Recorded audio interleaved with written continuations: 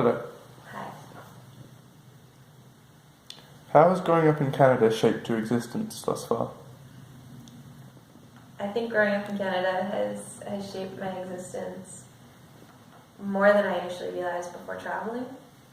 So growing up in Canada, I didn't realize what a place of privilege I was in and what a sheltered, wonderful existence it is living on the west coast of Canada.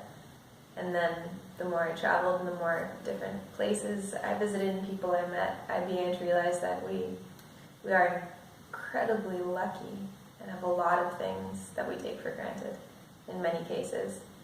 And that it's a very wonderful thing to be able to say you're a Canadian and for the most part receive positive response for that. Where have you travelled? For the most part, the UK and Europe. I think the first time I flew out of Canada properly was to go to France when I was 11, to go to Paris, because I had family that lived in Paris at the time.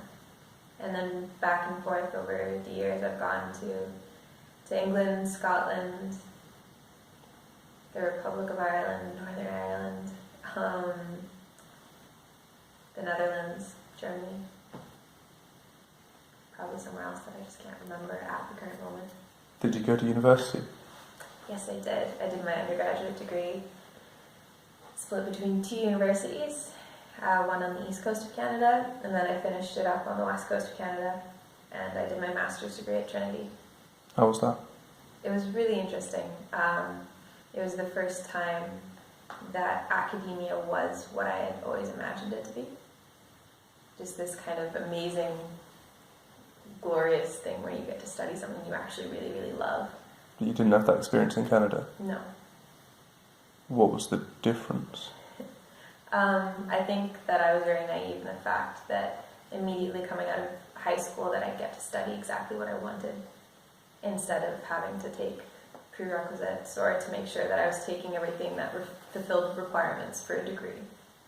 So certain things were mandatory to take if you had, for my case, I was an English major, and a theatre minor for the first 2 years, and they were mandatory classes. Oh. So it might not have been something I was actually really interested in, but I still had to take it, which wasn't ideal. And then in general, my time on the East Coast wasn't the right environment for me anyways, so coming back to the West Coast was a bit better. And I got to study some more things that I really, really liked, like ASL and privacy laws in prison, which was really fun. Best paper ever. Nice. So my little birds told me that you were part of a radio station at Trinity. Your little birds are right. How did you get into that, and what was it like? I didn't want to be in it at first. One of the girls I met in my first week at Trinity, we became really tight right away, and we went to Freshers Week to see all the stands. What was her name? Saffron. Okay. And so we were going around looking at all the different clubs because there's a million of them, and she really, really wanted to see the radio station, and I really could not care less. Like, I had zero desire. I was like, no, okay, fine. And then we went, and the people that were there at the booth were really, really chill and really cool. And Zappa asked me, she's like, would you do a show with me? And I said yes, and we ran a show for the entire year. First half was acceptable in the 90s, so really cheesy 90s music, but also mixed with some pretty solid. What, like Calvin Harris? No, that's in the 80s. No, yeah, that's 80s. No, acceptable in the 90s. It was like things that would be considered musically acceptable in the 90s that no one would listen to now. Right, like, so this was in the noughties, just to clarify. No, 90s for the first and naughties for the second. No, but in terms of what year this was. Yeah. This was in the noughties. Yeah, 2000. Yeah. 16. Right, so the first half you played 90s music. Yeah. What did you do in the second half?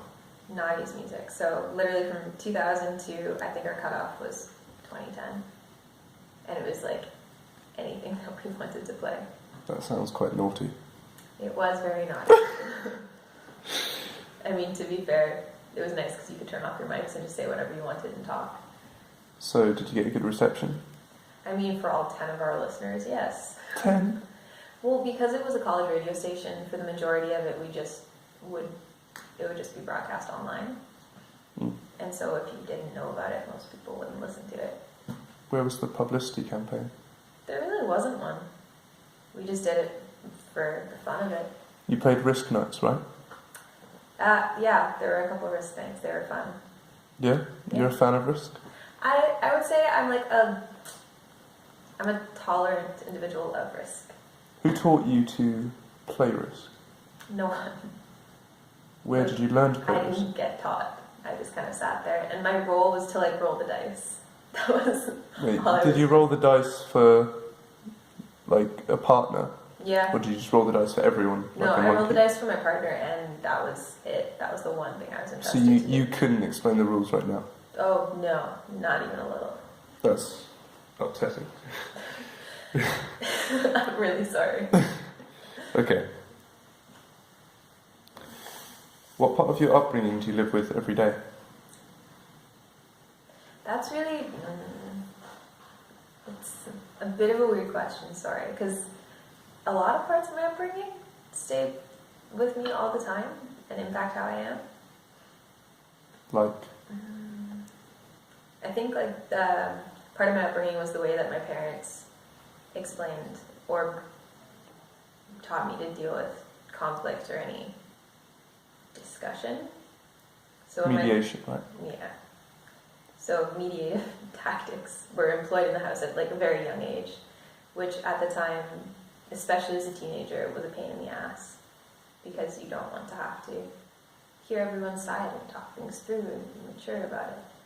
But in retrospect, it was massively useful, and it's become incredibly helpful the older I get and the more interactions I have with different people that I might not agree with and might come into conflict with.